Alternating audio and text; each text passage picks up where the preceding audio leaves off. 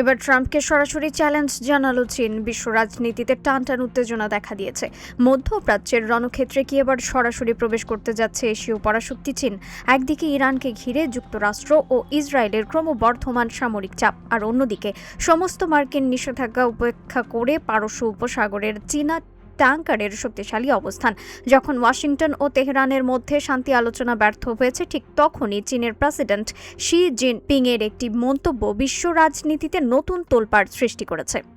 আবুধাবির যুবরাজ শেখ খালেদ বিন মুহাম্মদ বিন জায়েদ আল নাহিয়ানের সাথে সম্প্রতি এক উচ্চ পর্যায়ের বৈঠকে বসেন শি জিনপিং। সেখানে তিনি অত্যন্ত কঠোর ভাষায় আন্তর্জাতিক আইনের প্রয়োজনীয়তা তুলে ধরেন। চীনা প্রেসিডেন্ট স্পষ্ট জানিয়ে দেন, পৃথিবী এখন আর জঙ্গলের আইন বা জোর যার মুলুক তার এই নীতিতে চলবে না। তিনি ইরানকে লক্ষ্য করে পরিচালিত যুক্তরাষ্ট্র ও ইসরায়েলের হামলাকে অনৈতিক ও বেআইনি হিসেবে চিহ্নিত করে ওয়াশিংটনের দ্বিমুখী নীতির তীব্র সমালোচনা করেন। বেইজিং মনে করে আন্তর্জাতিক আইনকে নিজেদের সুবিধামতো ব্যবহার এবং অসুবিধায় বর্জন করার নীতি চীন কোনোভাবেই বরদাস্ত করবে না। ওয়াশিংটন যখন ইরানের ওপর অর্থনৈতিক চাপ বাড়াতে ব্যস্ত, তখন বেইজিং তার জবাব দিচ্ছে সরাসরি পদক্ষেপের মাধ্যমে। মার্কিন সামরিক বাহিনী যখন ইরানের বন্দরগুলো অবরুদ্ধ করার দাবি করছে, তখন আন্তর্জাতিক গণমাধ্যমে উঠে এসেছে চাঞ্চল্যকর তথ্য। আমেরিকার রক্তচক্ষু উপেক্ষা করে রিচ স্টোরি নামক একটি চীনা ট্যাঙ্কার সফলভাবে কৌশলগত গুরুত্বপূর্ণ স্থান হরমুজ প্রণালী অতিক্রম করেছে।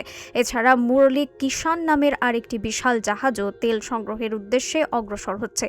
এই ঘটনাগুলো স্পষ্ট করে দিচ্ছে যে মধ্যপ্রাচ্যের জ্বালানি রাজনীতিতে ওয়াশিংটনের একক আধিপত্য এখন বড় ধরনের চ্যালেঞ্জের মুখে।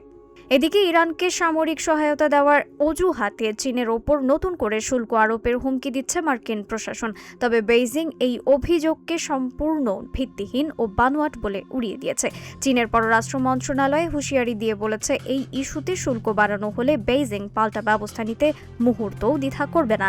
আগামী মাসে বেইজিংয়ে ডোনাল্ড ট্রাম্পের সাথে শি জিনপিংয়ের একটি অত্যন্ত গুরুত্বপূর্ণ বৈঠক হওয়ার কথা রয়েছে। তার আগেই চীনের এই কঠোর অবস্থান বিশ্ব রাজনীতিতে এক নতুন মেরুকরণের স্পষ্ট ইঙ্গিত দিচ্ছে।